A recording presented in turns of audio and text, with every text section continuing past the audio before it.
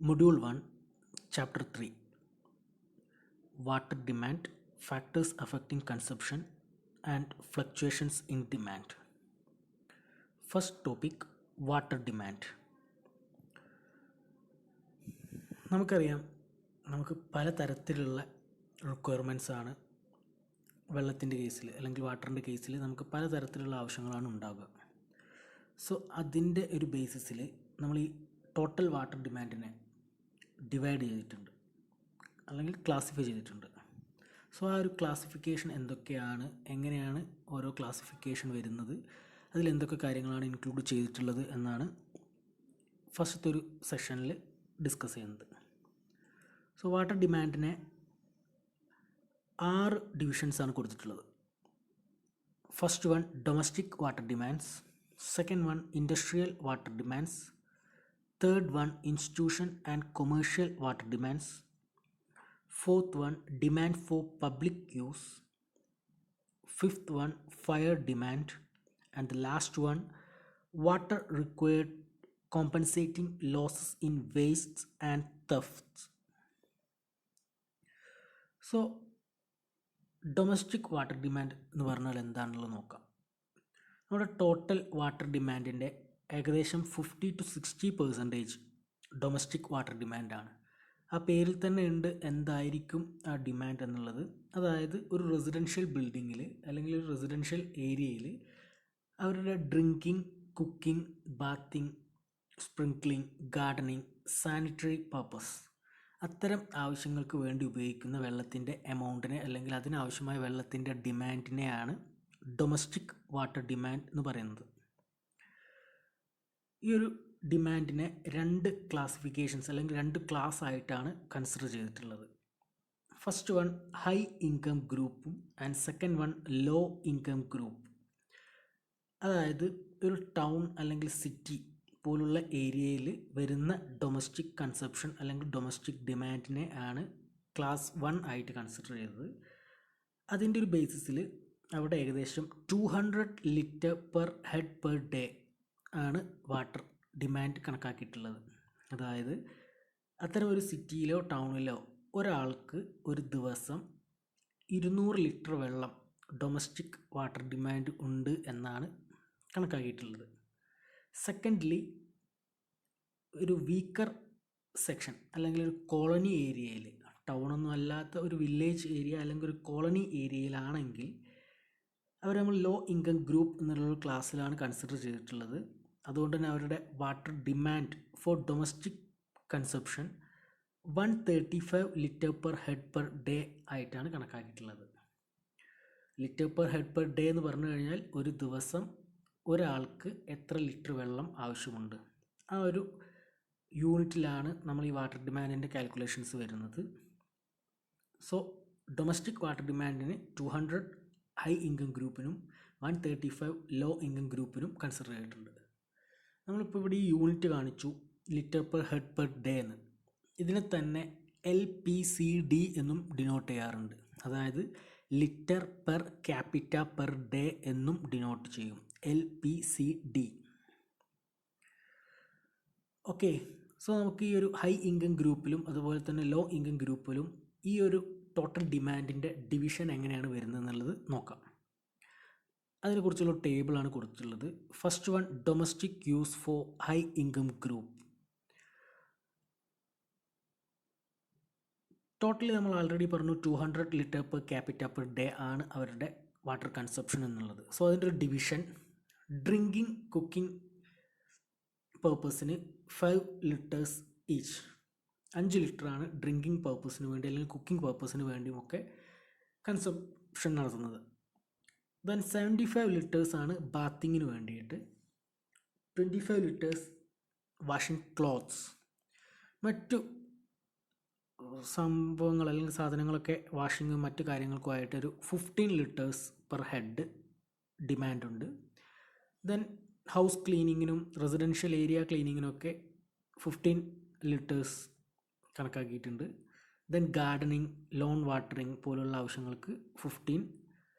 Then water closet flushing പോലുള്ള പരിപാടികൾക്ക് അല്ലെങ്കിൽ അത്തരത്തിലുള്ള പ്രോസസ്സുകൾക്ക് 45 litre per head 45 litres per capita per day ആണ് കണക്കാക്കിയിട്ടുള്ളത്. അങ്ങനെ totally 200 litres per head per day, ഒരു ദിവസം 200 ലിറ്റർ ഒരാൾക്ക് ഹൈ ഇൻകം ഗ്രൂപ്പിനിടയിൽ ആവശ്യമായിട്ട് വരുന്നതാണ് കണക്കാക്കിയിട്ടുള്ളത്.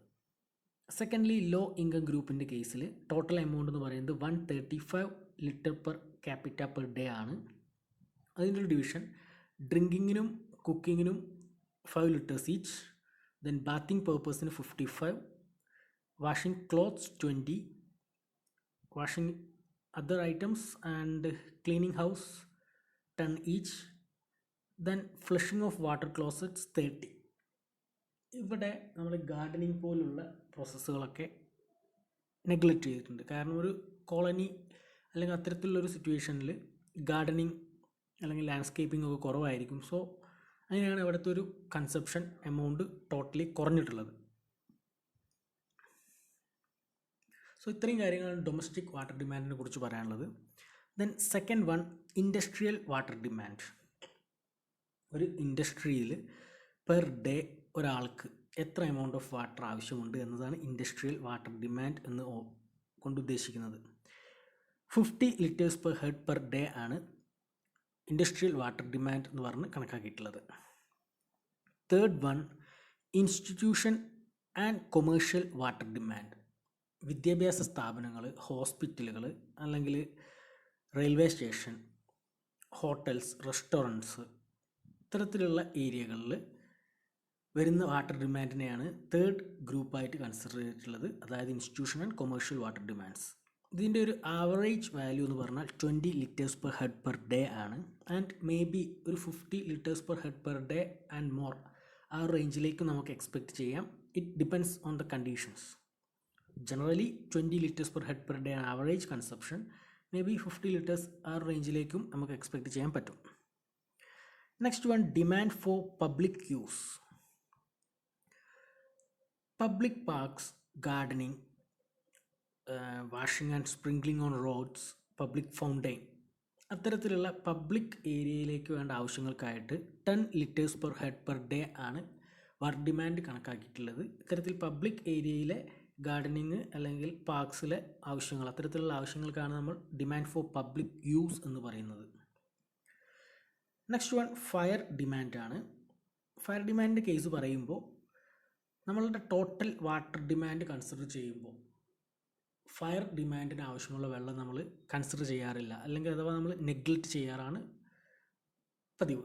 കാരണം നമുക്കൊരു ഫയർ ബ്രേക്ക് ചെയ്യണമെങ്കിൽ, ഒരു തീപിടുത്തമുണ്ടായി അത് ബ്രേക്ക് ഔട്ട് ചെയ്യണമെങ്കിൽ വരുന്ന വെള്ളത്തിൻ്റെ എമൗണ്ട് ഏകദേശം 1% കുറവായിട്ടാണ് കണക്കാക്കിയിട്ടുള്ളത്.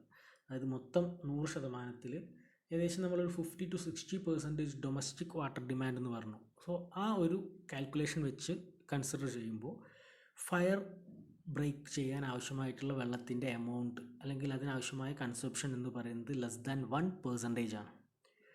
അതുകൊണ്ട് തന്നെ നമുക്ക് ആ ഒരു amount total water demand consider ചെയ്യുന്ന സമയത്ത് നെഗ്ലക്റ്റ് ചെയ്യാൻ പറ്റും. പക്ഷേ നമുക്കൊരു ഫയറിൻ്റെ ഒരു സ്പെസിഫിക് കാര്യം മാത്രം എടുത്ത് കൺസിഡർ ചെയ്യുകയാണെങ്കിൽ കുറച്ച് കാര്യങ്ങൾ ഡീറ്റെയിൽഡ് ആയിട്ട് നോക്കാനുണ്ട്. ഫസ്റ്റ് ഓഫ് ഓൾ, നമ്മളൊരു പബ്ലിക് വാട്ടർ സപ്ലൈ സിസ്റ്റം ഉള്ള ഒരു ഏരിയ ആണെങ്കിൽ, ജസ്റ്റ് ഫോർ എക്സാമ്പിൾ ഒരു സിറ്റി, അവിടെ through out public water supply സിസ്റ്റത്തിൻ്റെ പൈപ്പ് നെറ്റ്വർക്കിലൂടെയാണ് വെള്ളം എത്തുന്നത് എങ്കിൽ ഏകദേശം അവരുടെ മെയിൻ ലൈനിൽ ഒരു 100 മുതൽ 150 മീറ്റർ വരെ ഡിസ്റ്റൻസിൽ ഫയർ ഹൈഡ്രൻസിനുള്ള പോയിൻറ്റ്സ് പ്രൊവൈഡ് ചെയ്തിട്ടുണ്ടായിരിക്കും. ഫയർ ഹൈഡ്രൻസിനുള്ള പോയിൻറ്റ്സ് എന്ന് ഉദ്ദേശിച്ചത്, നമ്മൾ പെട്ടെന്നൊരു തീപിടുത്തം ഉണ്ടായാൽ നമ്മുടെ നാട്ടിലൊക്കെ ചെയ്യുന്നത് എന്താ, ഫയർഫോഴ്സിൻ്റെ വെഹിക്കിൾ വരും, അവരുടെ വെഹിക്കിളിലുള്ള ടാങ്കിൽ നിന്നും പമ്പ് വെച്ച് ഹോസ് വഴി വെള്ളം കണക്ട് ചെയ്ത് തീ അണയ്ക്കലാണ് പതിവ്. പക്ഷേ ഒരു പബ്ലിക് ഡിസ്ട്രിബ്യൂഷൻ സിസ്റ്റം ഉണ്ടെങ്കിൽ അതിൻ്റെ 100 മുതൽ 150 മീറ്റർ ഡിസ്റ്റൻസിൽ ഓരോ ഹൈഡ്രൻ പോയിൻറ്റ്സ് ഉണ്ടായിരിക്കും. സോ അതിൻ്റെ നിയർ ബൈ ആയിട്ടൊരു തീപിടുത്തം ഉണ്ടായി കഴിഞ്ഞാൽ നമുക്കവിടെ ഈ ഫയർഫോഴ്സിൻ്റെ ഹോസ് കണക്ട് ചെയ്ത് ഡയറക്റ്റ് നമ്മുടെ ഡിസ്ട്രിബ്യൂഷൻ നെറ്റ്വർക്കിൽ നിന്നും വെള്ളം ഉപയോഗിക്കാൻ പറ്റും. അങ്ങനെയാണ് ഒരു ഡിസ്ട്രിബ്യൂഷൻ നെറ്റ്വർക്ക് നിലനിൽക്കുന്ന സിസ്റ്റത്തിൽ ഫയർ ബ്രേക്ക് ചെയ്യാൻ വേണ്ടിയിട്ടുള്ള ഒരു കോമൺ മെത്തേഡ്. സോ ഇത്തരത്തിൽ നമുക്ക് ഒരു സിംഗിൾ ഫയർ ഹൈഡ്രൻറ്റിൽ നിന്നും 3 ജെറ്റ് സ്ട്രീംസ് ഓഫ് വാട്ടറാണ് പ്രൊവൈഡ് ചെയ്യാൻ പറ്റുന്നത്. അതായത് നമുക്ക് ആ ഒരു ഹൈഡ്രൻറ്റിൽ നിന്നും 3 ജെറ്റ്സ് നമുക്ക് പ്രൊവൈഡ് ചെയ്യാൻ പറ്റും. അതായത് ഒന്ന് നമ്മുടെ തീ പിടിച്ചിട്ടുള്ള പ്രോപ്പർട്ടിയിലേക്ക് 2 ജെറ്റ്സ് ഓഫ് വാട്ടർ ഇതിന് നിയർ ബൈ അല്ലെങ്കിൽ നൈബറിങ് ആയിട്ടുള്ള അഡ്ജസൻറ്റ് പ്രോപ്പർട്ടീസിലേക്കുമാണ് കൊടുക്കുന്നത്. നമുക്കൊരു ഫയർ ബ്രേക്ക് ഉണ്ടായിക്കഴിഞ്ഞാൽ അല്ലെങ്കിൽ ഒരു ഫയർ സംഭവിച്ചു കഴിഞ്ഞാൽ നമ്മൾക്ക് 2 കൺസിഡറേഷനാണുള്ളത്. ഫസ്റ്റ് വൺ, ഫയർ പിടിച്ച ആ ഒരു പ്രോപ്പർട്ടിയെ കൂടുതൽ ഡാമേജിലേക്ക് പോവാതെ ഫയർ അണയ്ക്കുക. സെക്കൻഡ് കേസ്, ഇതിന് നിയർ ബൈ ആയിട്ടുള്ള മറ്റ് എലമെൻസിലേക്ക് ഫയർ പിടിക്കാതെ ശ്രദ്ധിക്കുക. സോ ഇതിന് വേണ്ടിയിട്ട് നമുക്കൊരു ഹൈഡ്രൻറ്റിൽ നിന്നും 3 ജെറ്റ്സ് പ്രൊവൈഡ് ചെയ്യാൻ പറ്റും. അതിൽ ഒരു ജെറ്റ് ഫയർ പിടിച്ചിട്ടുള്ള മെറ്റീരിയലിലേക്ക് അല്ലെങ്കിൽ ഏരിയയിലേക്കും ബാക്കി 2 ജെറ്റ്സ് ഇതിൻ്റെ അഡ്ജസൻ്റ് ആയിട്ടുള്ള മെറ്റീരിയൽസിലേക്കുമാണ് നമ്മൾ ത്രോൺ ചെയ്യുന്നത്. സോ ഇത്തരത്തിൽ ഒരു സ്ട്രീമിന് ഡിസ്ചാർജ് ചെയ്യുന്ന വെള്ളത്തിൻ്റെ എമൗണ്ട് എന്ന് പറഞ്ഞു കഴിഞ്ഞാൽ 1100 ലിറ്റേഴ്സ് പെർ മിനിറ്റ്. ഒരു ഹൈഡ്രൻറ്റിൽ നിന്നും 1100 ലിറ്റേഴ്സ് പെർ മിനിറ്റാണ് ഒരു സ്ട്രീമിൽ നിന്നും ജനറേറ്റ് ചെയ്യുന്നത്. സോ നമുക്കൊരു ഹൈഡ്രൻറ്റിൽ 3 സ്ട്രീംസ് ഉണ്ടായിരിക്കും. സോ 3 സ്ട്രീംസ് എന്ന് പറയുമ്പോൾ 3 × 1100 ലിറ്റേഴ്സ് പെർ മിനിറ്റ് ആയിരിക്കും ടോട്ടൽ ക്വാണ്ടിറ്റി ഓഫ് ഡിസ്ചാർജ്. ഇനി നമ്മൾ ആൾറെഡി പറഞ്ഞു water consumption in the case of fire demand എന്ന് പറഞ്ഞാൽ <1% ആണെന്നുള്ളത്. സോ അതെങ്ങനെയാണ് വരുന്നത് എന്നുള്ളത് ഒരു എക്സാമ്പിളിലൂടെ നമുക്ക് നോക്കാൻ പറ്റും. ഫസ്റ്റ് ഓഫ് ഓൾ നമുക്കൊരു സിറ്റിയെ കൺസിഡർ ചെയ്യാം. ഏകദേശം 50 lakh പോപ്പുലേഷൻസാണ് അവിടെ ഉള്ളത്. അവിടെ ഒരു പെർട്ടിക്കുലർ ഡേ 6 ഫയർ ബ്രേക്സ് ഉണ്ടായി. ആ ഓരോ ഫയറും 3 മണിക്കൂറോളം എക്സ്റ്റെൻഡ് ചെയ്യുന്നുണ്ട്. സോ ആ ഒരു ഫയർ അണയ്ക്കാൻ വേണ്ടി നമുക്ക് എത്രത്തോളം വെള്ളം വേണ്ടി വരും എന്നുള്ളൊരു കാൽക്കുലേഷനാണ് ചെയ്യുന്നത്. ഒന്നുകൂടെ പറയാം, ഒരു സിറ്റിയിൽ 50 ലക്ഷം ആളുകളുണ്ട്. അവിടെ ഒരു 6 തീപിടുത്തം ഉണ്ടായി. ആ 6 തീപിടുത്തവും ഏകദേശം 3 മണിക്കൂർ വെച്ച് എക്സ്റ്റെൻഡ് ആയിട്ട് അല്ലെങ്കിൽ 3 മണിക്കൂറോളം ആ തീപിടുത്തം ഉണ്ടായിട്ടുണ്ട്. സോ അത് അണയ്ക്കാൻ വേണ്ടിയിട്ട് എത്രത്തോളം വെള്ളം ആവശ്യമായി വരും എന്നുള്ളതാണ് നമ്മൾ കണ്ടെത്തുന്നത്. സോ അതിൻ്റെ equation amount of water required Q is equal to number of fires into discharge into time of each fire. So number of fires നമുക്ക് ആൾറെഡി അറിയാം 6 ആണ്. ഡിസ്ചാർജ് എന്ന് പറഞ്ഞു കഴിഞ്ഞാൽ ഒരു സ്ട്രീമിൻ്റെ 1100 ലിറ്റേഴ്സ് ആണ് നമ്മൾ പറഞ്ഞു. സോ ഒരു ഹൈഡ്രനിൽ നിന്നും 3 സ്ട്രീംസ് ഉണ്ടാവും. So 3 × 1100 into time of each fire. Time എന്ന് പറഞ്ഞാൽ 3 hours ആണെന്ന് പറഞ്ഞു. സോ അതിനെ നമ്മൾ മിനിറ്റ്സിലേക്ക് കൺവേർട്ട് ചെയ്യുമ്പോൾ 3 × 60. So totally 35,64,000 litres per day എന്നുള്ളൊരു എമൗണ്ട് നമുക്ക് കാൽക്കുലേറ്റ് ചെയ്ത് കിട്ടും. അത്രയും എമൗണ്ട് ഓഫ് വാട്ടറാണ് നമുക്ക് വരിക. പക്ഷേ നമ്മൾ പെർ ക്യാപിറ്റ അല്ലെങ്കിൽ ഒരു പെർ ഹെഡ് ആണ് ടോട്ടൽ ഡിമാൻഡ് കാൽക്കുലേറ്റ് ചെയ്യുമ്പോൾ സ്പെസിഫൈ ചെയ്യുന്ന യൂണിറ്റ് നമ്മൾ ആൾറെഡി പറഞ്ഞു. സോ ഈ കിട്ടിയ വാല്യൂവിനെ അവിടുത്തെ പോപ്പുലേഷൻ കൊണ്ട് ഡിവൈഡ് ചെയ്യുമ്പോൾ, അതായത് 50 lakhs കൊണ്ട് ഡിവൈഡ് ചെയ്യുമ്പോൾ കിട്ടുന്ന value 0.713 which is less than 1. അതാണ് നമ്മൾ ആൾറെഡി പറഞ്ഞത്. ഏകദേശം ഒരു ഫയർ ബ്രേക്ക് ഉണ്ടായിക്കഴിഞ്ഞാൽ അതിന് വേണ്ടി വരുന്ന വെള്ളത്തിൻ്റെ എമൗണ്ട് ലെസ് ദാൻ 1% ആയിരിക്കുന്നു. സോ ഈ ഒരു റീസൺ കൊണ്ടാണ് നമ്മൾ ടോട്ടൽ ഡിമാൻഡ് കാൽക്കുലേറ്റ് ചെയ്യുമ്പോൾ ഫയർ ഡിമാൻഡ് കൺസിഡർ ചെയ്യാത്തത്. ഓക്കെ, നെക്സ്റ്റ് വരുന്നത് ഈ ഫയർ ഡിമാൻഡ് കാൽക്കുലേറ്റ് ചെയ്യുന്ന മെത്തേഡ്സ് ആണ്. ഇതിൽ ഒരുപാട് ഫോർമുലാസ് ഉണ്ട്. സോ ആ ഫോർമുലാസ് എന്തൊക്കെയാണ്, ഏതൊക്കെ ഫാക്ടേഴ്സ് വെച്ചിട്ടാണ് ഇവിടെ ഫയർ ഡിമാൻഡ് അല്ലെങ്കിൽ ക്വാണ്ടിറ്റി ഓഫ് വാട്ടർ റിക്വയർഡ് കണ്ടെത്തുന്നത് നമുക്ക് നോക്കാം. ഫസ്റ്റ് വൺ, 50,000-ലും കൂടുതലാണ് ഒരു ഏരിയയിലെ പോപ്പുലേഷൻ എന്നുണ്ടെങ്കിൽ നമുക്ക് വെള്ളത്തിൻ്റെ ക്വാണ്ടിറ്റി കണ്ടെത്താൻ വേണ്ടിയിട്ടുള്ള ഇക്വേഷൻ 100√P ആണ്. So P is the population in 1000. Then ഇതൊരു ജനറൽ ഫോർമുലയാണ്. ഇതിന് ശേഷം നമുക്ക് ഒരുപാട് ഫോർമുലാസ് വരുന്നുണ്ട്. ഓരോന്നിനും അതിൻ്റെതായ സ്പെഷ്യാലിറ്റീസ് ഉണ്ട്. So first one, Kuichling's formula.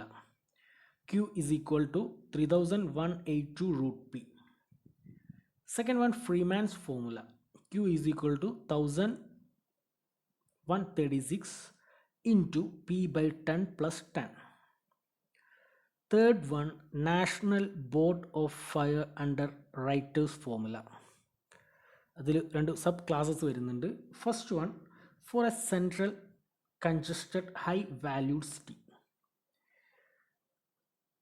ഒരു ഹൈ വാല്യൂഡ് കൺജസ്റ്റഡ് സിറ്റിയിൽ population less than or equal to 2 lakhs, 2 ലക്ഷമോ അതിൽ കുറവോ ആണ് പോപ്പുലേഷൻ എന്നുണ്ടെങ്കിൽ discharge of water Q is equal to 4637 root P into 1 minus 0.01 root P.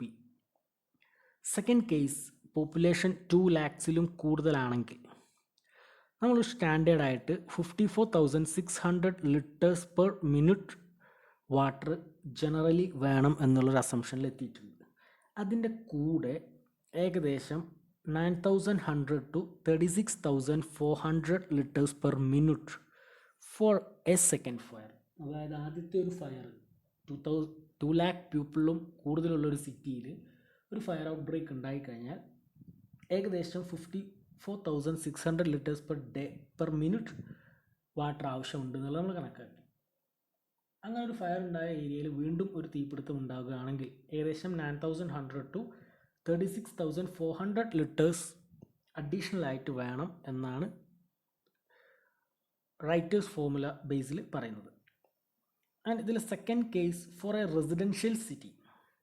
ഒരു റെസിഡൻഷ്യൽ സിറ്റി ആണെങ്കിൽ അവിടെ ഫസ്റ്റ് കേസ് എന്ന് പറഞ്ഞാൽ സ്മാൾ ഓർ ലോ ബിൽഡിങ്സ് ആണെങ്കിൽ ഏകദേശം 2,200 ലിറ്റേഴ്സ് പെർ മിനിറ്റാണ്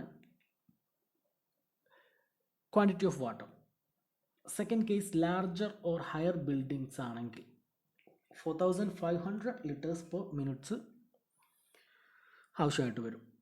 third case, high value residence or apartments 7,650 to 13,500 liters per minute. And the last case, 3-storied buildings up to 27,000 liters per minute. ഇത്രയും കാര്യങ്ങളാണ് writers ഫോർമുലയുടെ ബേസിസിൽ വരുന്നത്. The fourth formula, Burston's formula. Q is equal to 5,663 root P. ഇത്രയും ഇക്വേഷൻസിൽ Q എന്ന് പറഞ്ഞു കഴിഞ്ഞാൽ നമുക്ക് amount of water required in litres per minute and P is the population in thousands. ഓരോ അനാലിസിസിൻ്റെ ബേസിസിൽ ഇക്വേഷനാണ്. So നമുക്ക് ഫയർ ഡിമാൻഡ് കണ്ടെത്താൻ വേണ്ടിയിട്ട് ഇത്തരത്തിലുള്ള ഡിഫറെൻറ്റ് ഇക്വേഷൻസ് ഉണ്ട്, അത് വെച്ച് നമുക്ക് കണ്ടെത്താൻ പറ്റും. And the main thing, total demand കണ്ടെത്തുന്ന കേസിൽ നമ്മൾ ഫയർ ഡിമാൻഡ് കൺസിഡർ ചെയ്യില്ല, because the values just less than 1%. And the last demand, water required to compensating losses in waste and theft. നമുക്ക് നമ്മുടെ ഒരു സപ്ലൈ സിസ്റ്റത്തിൽ ഒരു ലീക്കേജോ അല്ലെങ്കിൽ പ്ലംബിങ്ങിലുള്ള ഡാമേജോ കാരണം വെള്ളം നഷ്ടപ്പെടാൻ ചാൻസ് ഉണ്ട്, അല്ലെങ്കിൽ വെള്ളം മോഷ്ടിക്കപ്പെടുന്നൊരു കേസ് വരാനുണ്ട്, അതല്ലെങ്കിൽ മറ്റെന്തെങ്കിലും രീതിയിലുള്ള ലോസസ്.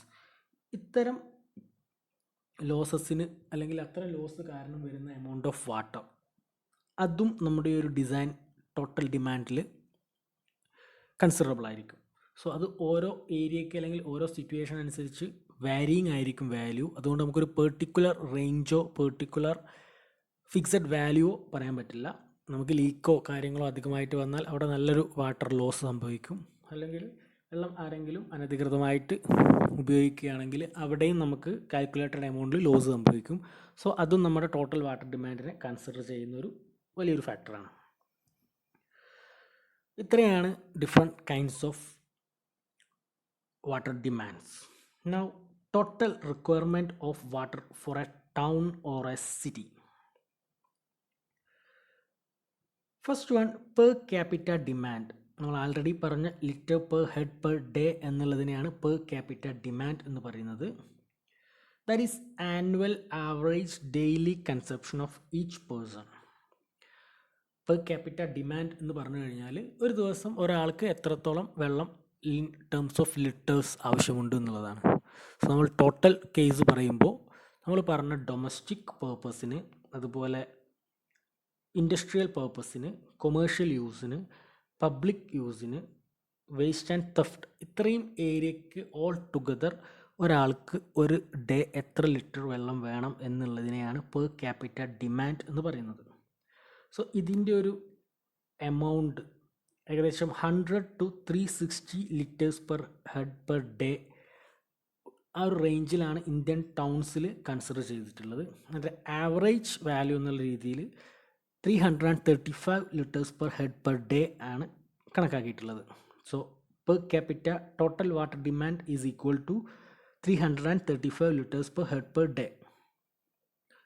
നൗ ഈ ടോട്ടൽ ഡിമാൻഡിൻ്റെ ഒരു സ്പ്ലിറ്റപ്പ് എങ്ങനെയാണ് വരുന്നതെന്നാണ് കാണിച്ചിട്ടുള്ളത്.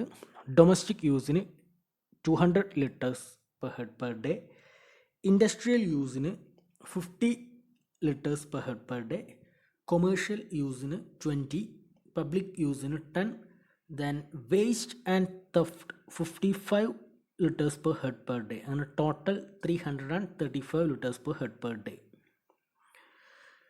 Next topic, variation on demand. നമ്മൾ ഈ പറഞ്ഞ വെള്ളത്തിൻ്റെ എമൗണ്ട് അല്ലെങ്കിൽ വാട്ടർ ഡിമാൻഡിൽ പല കാരണങ്ങൾ കൊണ്ട് വേരിയേഷൻസ് സംഭവിക്കാം. അത്തരത്തിൽ മെയിൻ ആയിട്ട് കൺസിഡർ ചെയ്യുന്ന 3 കേസസാണ് നമ്മളിവിടെ പറയുന്നത്. First one, seasonal variation. Seasonal variation എന്ന് പറഞ്ഞു കഴിഞ്ഞാൽ നമ്മുടെ ക്ലൈമാറ്റിക് കണ്ടീഷൻ അല്ലെങ്കിൽ സീസണിൻ്റെ ബേസിസിൽ നമ്മുടെ വാട്ടർ കൺസപ്ഷൻ്റെ എമൗണ്ടിൽ വേരിയേഷൻസ് വരാൻ ചാൻസ് ഉണ്ട്. നമുക്ക് സമ്മർ സീസണിലായിരിക്കും വളരെ അധികം വാട്ടർ കൺസംഷൻ ഉള്ളത് കമ്പയറിങ് ടു വിൻ്റർ സീസൺ. അതിലും കുറവായിരിക്കും ഒരു റെയിനി സീസണിൽ. സോ സീസണൽ കണ്ടീഷൻസ് അനുസരിച്ച് നമ്മൾ ഉപയോഗിക്കുന്ന അല്ലെങ്കിൽ ആവശ്യമായിട്ട് വരുന്ന വെള്ളത്തിൻ്റെ എമൗണ്ടിലും മാറ്റങ്ങൾ വരാൻ ചാൻസ് ഉണ്ട്. Second one, daily variation.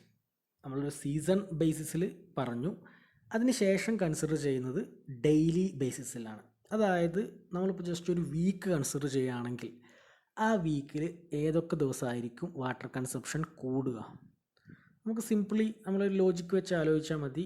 ഹോളിഡേയ്സിലായിരിക്കും ഒരു റെസിഡൻഷ്യൽ സ്പേസിൽ വെള്ളത്തിൻ്റെ എമൗണ്ട് അല്ലെങ്കിൽ വെള്ളത്തിൻ്റെ ഡിമാൻഡ് കൂടുതൽ. കാരണം ഹോളിഡേയ്സിൽ ഒരു വീട്ടിലുള്ള മെമ്പേഴ്സിൻ്റെ എണ്ണം കൂടുതലായിരിക്കും. സോ അവർ ആ ഫുൾ ടൈം വീട്ടിലുള്ളത് കൊണ്ട് അവിടെ അവർക്ക് ആവശ്യമായിട്ടുള്ള വെള്ളത്തിൻ്റെ എമൗണ്ട് അല്ലെങ്കിൽ അവരുടെ പർപ്പസ് കൂടുതലായിരിക്കും. സെയിം ടൈം ഒരു ഇൻസ്റ്റിറ്റ്യൂഷണൽ ബിൽഡിംഗ് കൺസിഡർ ചെയ്യുകയാണെങ്കിൽ ഹോളിഡേയ്സിൽ അവർക്ക് അവിടെ ആകെ മെയിൻ്റനൻസിനോ അങ്ങനെയുള്ള എന്തെങ്കിലും കാര്യങ്ങൾക്ക് വരുന്ന വെള്ളത്തിൻ്റെ എമൗണ്ട് മാത്രമേ ഉണ്ടാവൂ. So day by day consider ചെയ്യുകയാണെങ്കിലും അത്തരത്തിലും അവിടെ വേരിയേഷൻസിന് ചാൻസ് ഉണ്ട്. So annual average daily demand എന്ന് പറഞ്ഞു കഴിഞ്ഞാൽ total annual draft divided by 365. അതായത് നമുക്ക് ഒരു ഡേയിലെ ആവറേജ് ഡിമാൻഡ് എന്ന് പറയുന്ന വാല്യൂ എന്ന് പറഞ്ഞാൽ നമുക്കൊരു വർഷത്തേക്ക് ടോട്ടൽ ആവശ്യമായ വെള്ളത്തിൻ്റെ എമൗണ്ടിനെ 365 ഡേയ്സ് കൊണ്ട് ഡിവൈഡ് ചെയ്താൽ കിട്ടുന്ന വാല്യൂ ആയിരിക്കും. മൊത്തം 365 ദിവസമാണുള്ളത്. ഒരു വർഷത്തേക്ക് എത്ര വെള്ളം വേണമെന്ന് മനസ്സിലായാൽ അതിന് 365 കൊണ്ട് ഡിവൈഡ് ചെയ്താൽ ഒരു ഡേയിലെ ആവറേജ് ഡിമാൻഡ് എത്രയാണെന്നുള്ളത് കാൽക്കുലേറ്റ് ചെയ്യാൻ പറ്റും.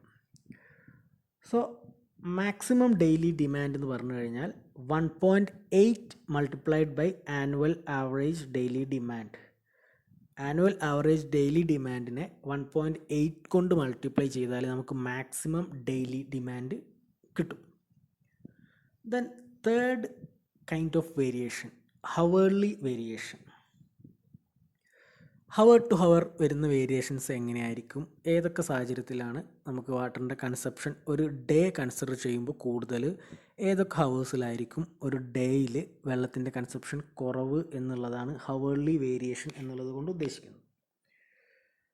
സോ ഇവിടെ കാൽക്കുലേറ്റ് ചെയ്യുന്നത് വാല്യൂസ്, മാക്സിമം ഹവർലി ഡിമാൻഡ് എന്ന് പറഞ്ഞു കഴിഞ്ഞാൽ 1.5 times average hourly demand of maximum day, അല്ലെങ്കിൽ 2.7 multiplied by annual average hourly demand.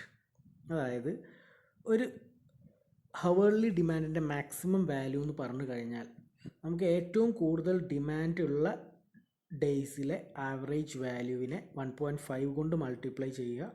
അതല്ല എന്നുണ്ടെങ്കിൽ നമ്മൾ ഡെയിലി വേരിയേഷനിൽ കണ്ടെത്തിയ ആനുവൽ ആവറേജ് വാല്യൂ, അതായത് ആനുവൽ ആവറേജ് ഹവർലി ഡിമാൻഡിനെ 2.7 കൊണ്ട് നമ്മളൊരു മാക്സിമം ഡേ കൺസിഡർ ചെയ്യാതെ മൊത്തത്തിലുള്ള ആനുവൽ ആവറേജ് ഹവർലി ഡിമാൻഡിനെ 2.7 കൊണ്ട് മൾട്ടിപ്ലൈ ചെയ്താലും നമുക്ക് maximum hourly demand find out ചെയ്യാൻ പറ്റും.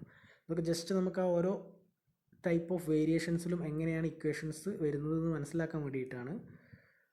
സോ അതിന് നെക്സ്റ്റ് വരുന്നത് നമ്മൾ ഈ പറഞ്ഞ ഹവർലി വേരിയേഷൻ്റെ ഒരു പാറ്റേൺ എങ്ങനെയാണെന്നാണ്. നമുക്ക് നോർമലി ആലോചിച്ചാൽ മതി. ഒരു വീടിൻ്റെ കേസ് ആണെങ്കിൽ അവിടെ ഏറ്റവും കൂടുതൽ വെള്ളത്തിൻ്റെ യൂസ് വരുന്നത് ഒന്ന് മോർണിംഗ് ടൈം, അതായത് ഒരു രാവിലെ ഒരു 6 മണി മുതൽ 8 മണി വരെ ആ ഒരു സമയം, അല്ലെങ്കിൽ ഒരു 8 മണി മുതൽ 11 മണി വരെ, അങ്ങനെ നമുക്കൊരു ക്ലാസിഫൈ ചെയ്യാൻ പറ്റും. അതായത് രാവിലെ വീട്ടിൽ എല്ലാവരും ഉണർന്ന് വീട്ടിലെ അടുക്കളയിലെ കാര്യങ്ങൾ മറ്റ് കാര്യങ്ങൾക്കെല്ലാം വേണ്ടി വാട്ടറിൻ്റെ ഉപയോഗം കൂടുന്ന ആ ഒരു ടൈം ഏകദേശം രാവിലെ ഒരു 6 മണി മുതൽ ഉച്ചയ്ക്ക് ഒരു 11 മണി വരെയൊക്കെ ആകുമ്പോഴത്തേക്കും ഈ ഒരു മാക്സിമം കൺസപ്ഷൻ്റെ ടൈം ആയിരിക്കും. അത് കഴിഞ്ഞ് കഴിഞ്ഞാൽ ഈ ഒരു 11 മണി അല്ലെങ്കിൽ 12 മണി തൊട്ട് ഈവനിങ് വരെ വെള്ളത്തിൻ്റെ കൺസപ്ഷൻ വളരെ കുറവായിരിക്കും.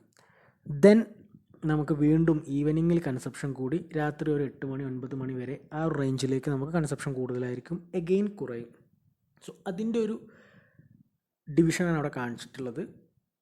Night 12 AM to 8 AM less consumption, then 8 AM to 11 high consumption, then 11 to 4 PM less consumption, അതവിടെ കാണിച്ചിട്ടില്ല, then 4 to 9 PM high consumption. ഈ സെയിം വേരിയേഷനെ ഒരു ഗ്രാഫിക്കൽ റെപ്രസെൻറ്റേഷനാണ് കാണിച്ചിട്ടുള്ളത്. എക്സ് ആക്സിസിൽ hours of a day and Y axis water demand in litres per hour. നമ്മൾ ഈ പറഞ്ഞ കാര്യം ഒരു ഗ്രാഫിക്കലി റെപ്രസെൻറ്റ് ചെയ്തതാണ്. സോ ഈ ഒരു ഗ്രാഫ് നോക്കിക്കഴിഞ്ഞാൽ നമുക്ക് ഈ പറഞ്ഞ കാര്യം അതുപോലെ തന്നെ മനസ്സിലാവും. ഏർലി മോർണിംഗ് വരെ ഡിമാൻഡ് വളരെ കുറവാണ്. ദെൻ ഉച്ചയ്ക്കൊരു 11-12 മണി വരേക്ക് നല്ല ഡിമാൻഡാണ്. വാല്യൂ ഏകദേശം 35 റേഞ്ചിലേക്ക് എത്തുന്നുണ്ട്.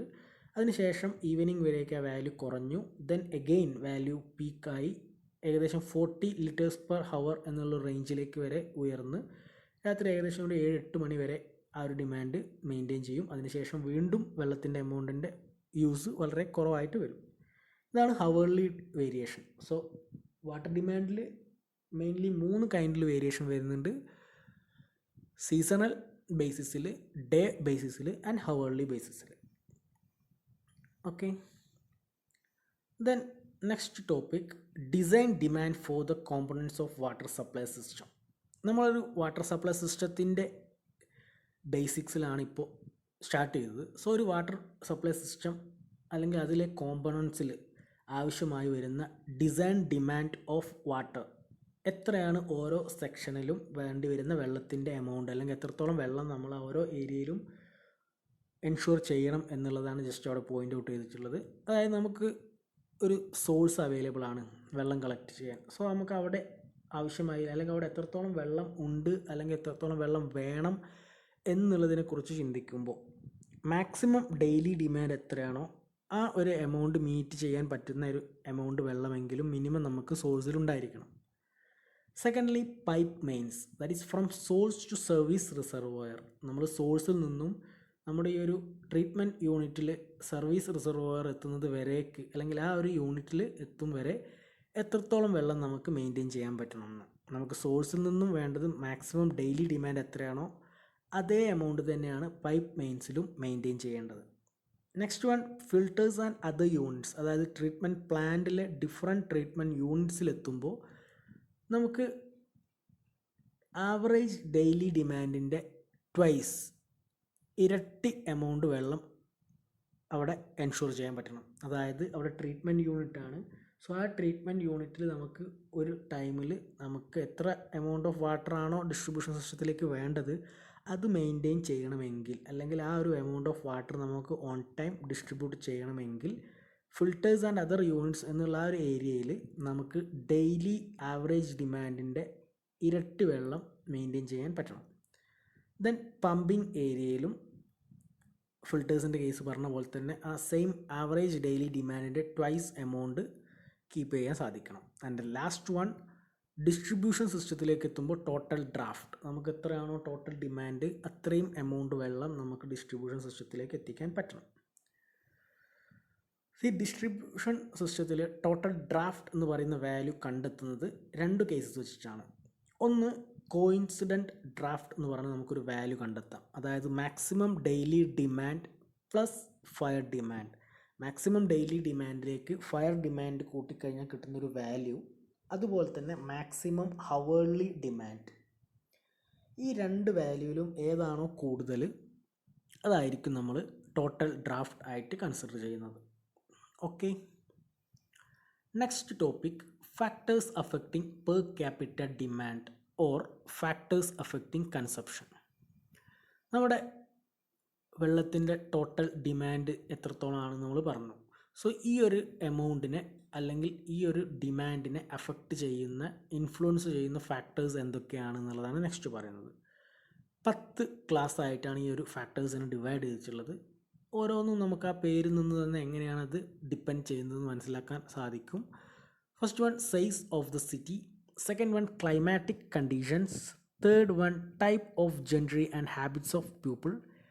Fourth, industrial and commercial activities. Fifth one, quality of water supplies. Sixth, pressure in the distribution system.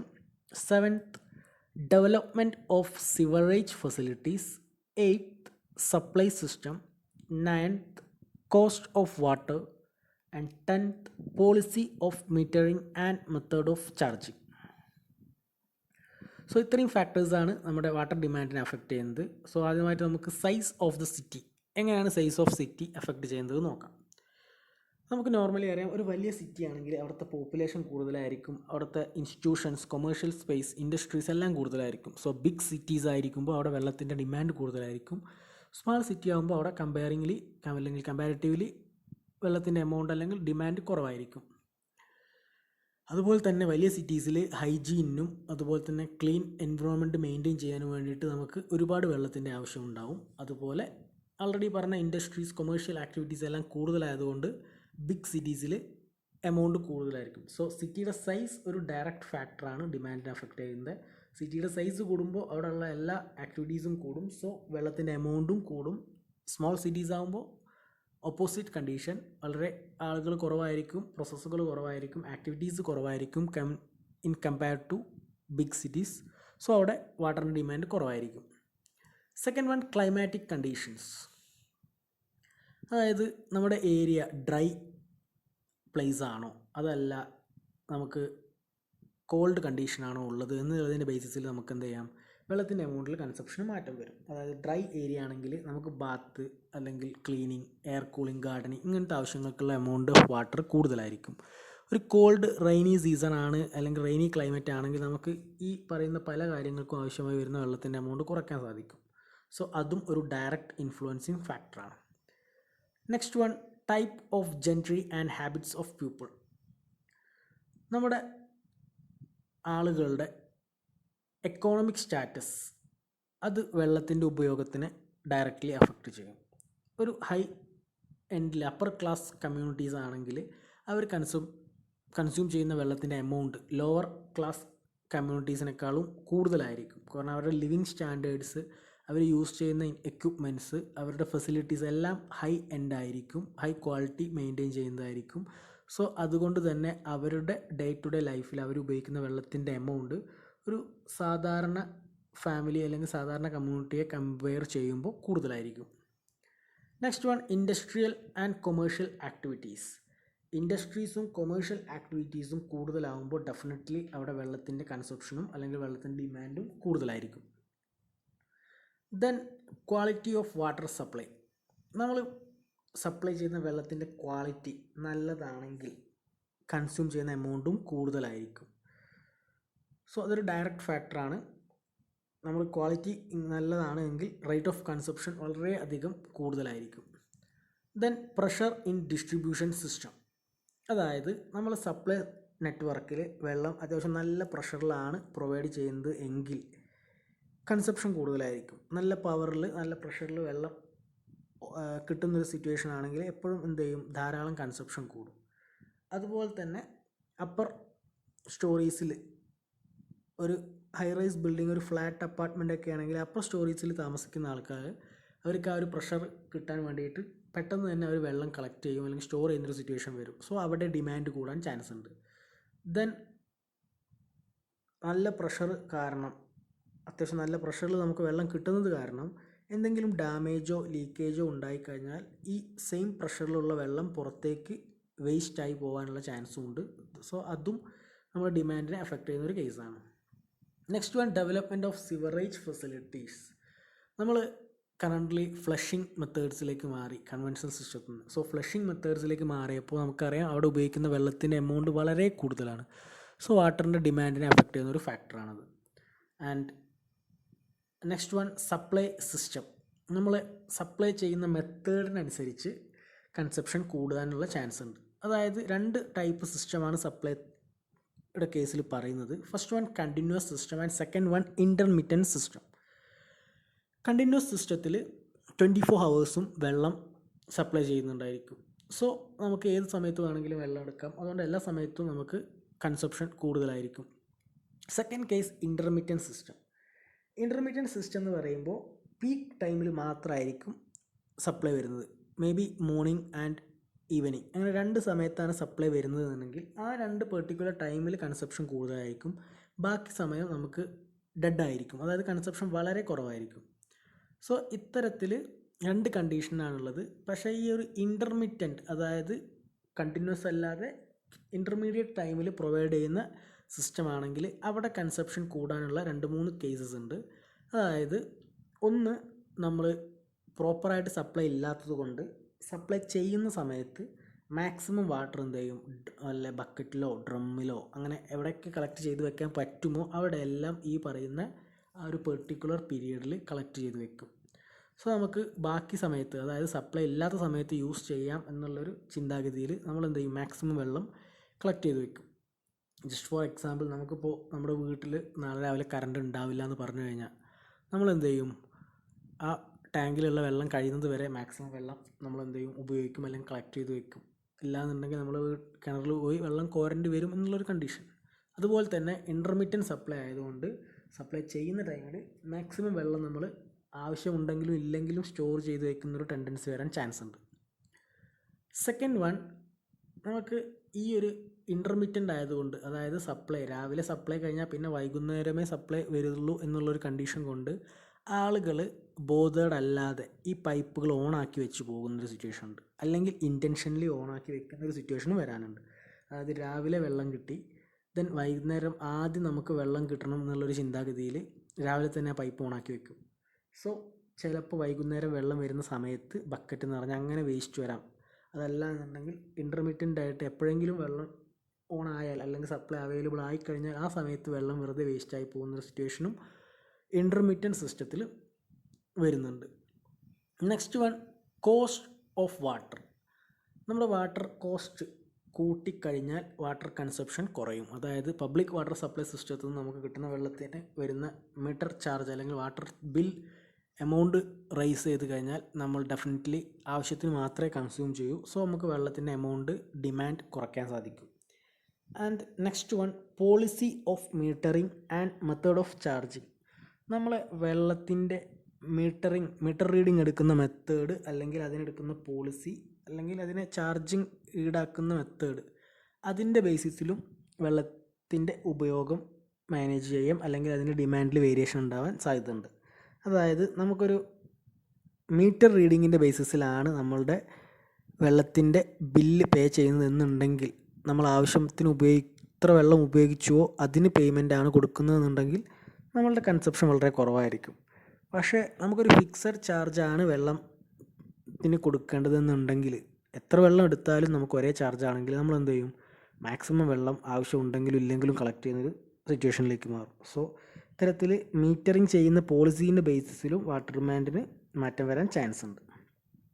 So ഈ പറഞ്ഞ 10 ഫാക്ടേഴ്സാണ് നമ്മുടെ വാട്ടർ ഡിമാൻഡിനെ ഡയറക്റ്റ്ലി എഫക്റ്റ് ചെയ്യുന്നത്.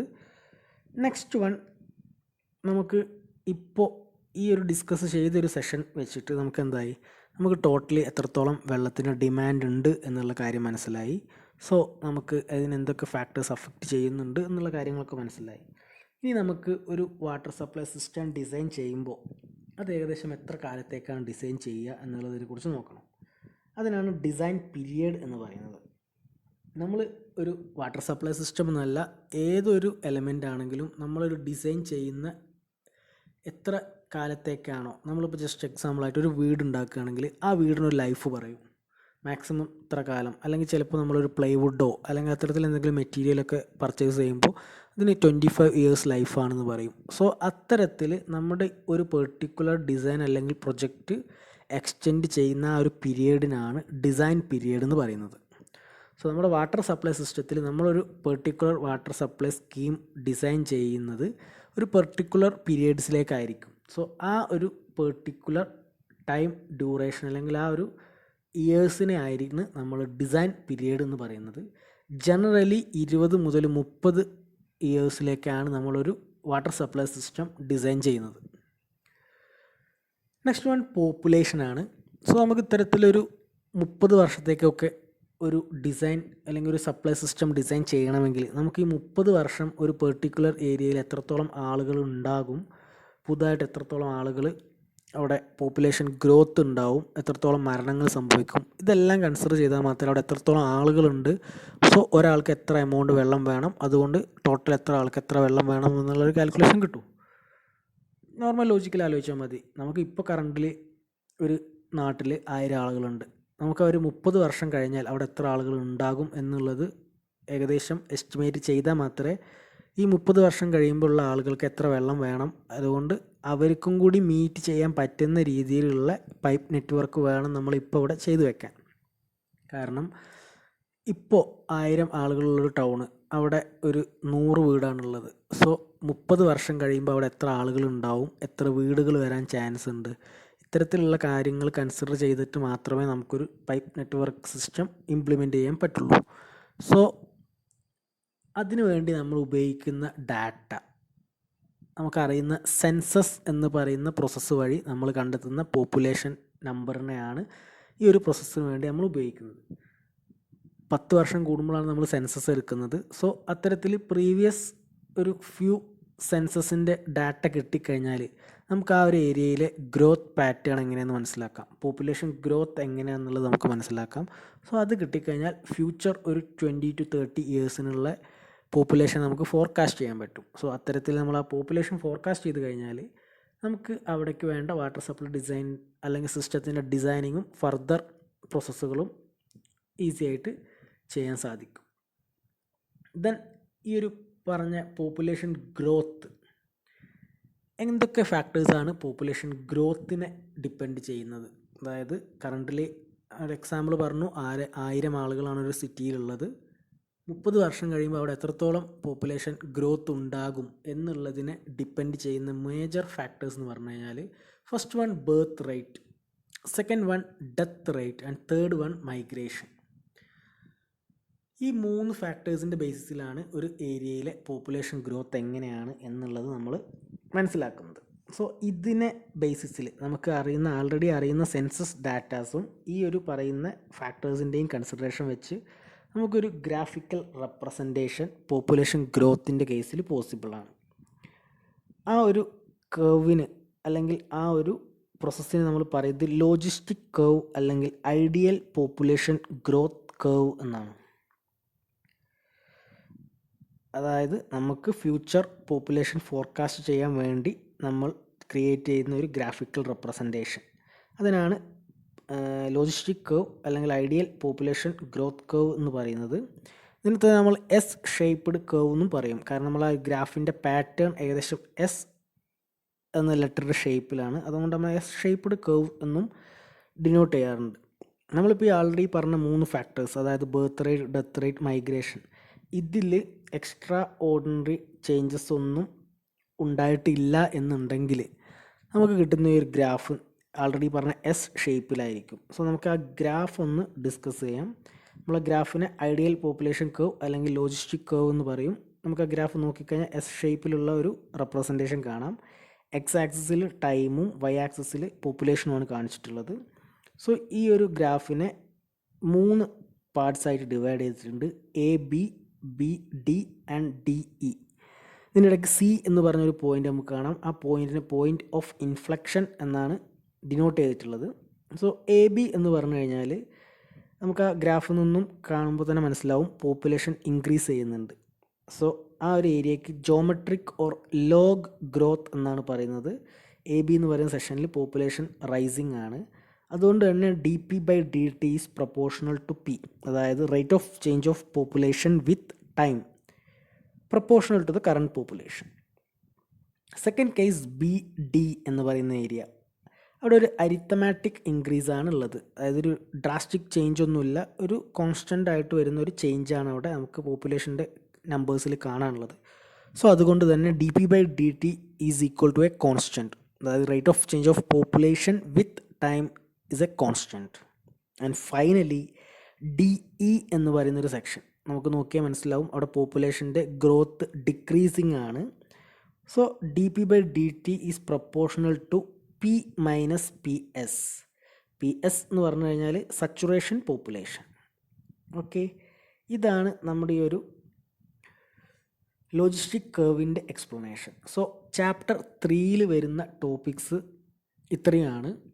ആൾറെഡി നമ്മൾ ഡിസ്കസ് ചെയ്ത ഏരിയ ഒന്നും കൂടെ ബ്രീഫായിട്ട് പറയാം. ഫസ്റ്റ് വൺ നമുക്ക് വരുന്ന ടോട്ടൽ വാട്ടർ ഡിമാൻഡ്സ്, അതിൽ വരുന്ന ടൈപ്പ് ഓഫ് ഡിമാൻഡ്സ് എന്തൊക്കെയാണ്, ദെൻ ടോട്ടൽ ഡിമാൻഡ് എത്രയാണ്, അതിനുശേഷം നമുക്ക് വരുന്ന ഡിമാൻഡിൽ വരുന്ന വേരിയേഷൻസ്, 3 ടൈപ്പ് ഓഫ് വേരിയേഷൻസ് പറഞ്ഞു, seasonal, daily, hourly, then factors affecting water demand, and last one നമ്മൾ ഈ ഒരു പോപ്പുലേഷൻ ഫോർകാസ്റ്റിംഗ് അല്ലെങ്കിൽ population design period, population growth എന്ന് പറയുന്ന ഒരു ചെറിയ സെക്ഷൻ.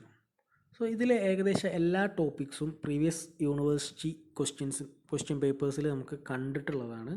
അതായത് നമ്മുടെ ഫാക്ടേഴ്സ് അഫക്റ്റിംഗ് വാട്ടർ ഡിമാൻഡ് പലവട്ടം ചോദിച്ചിട്ടുണ്ട്.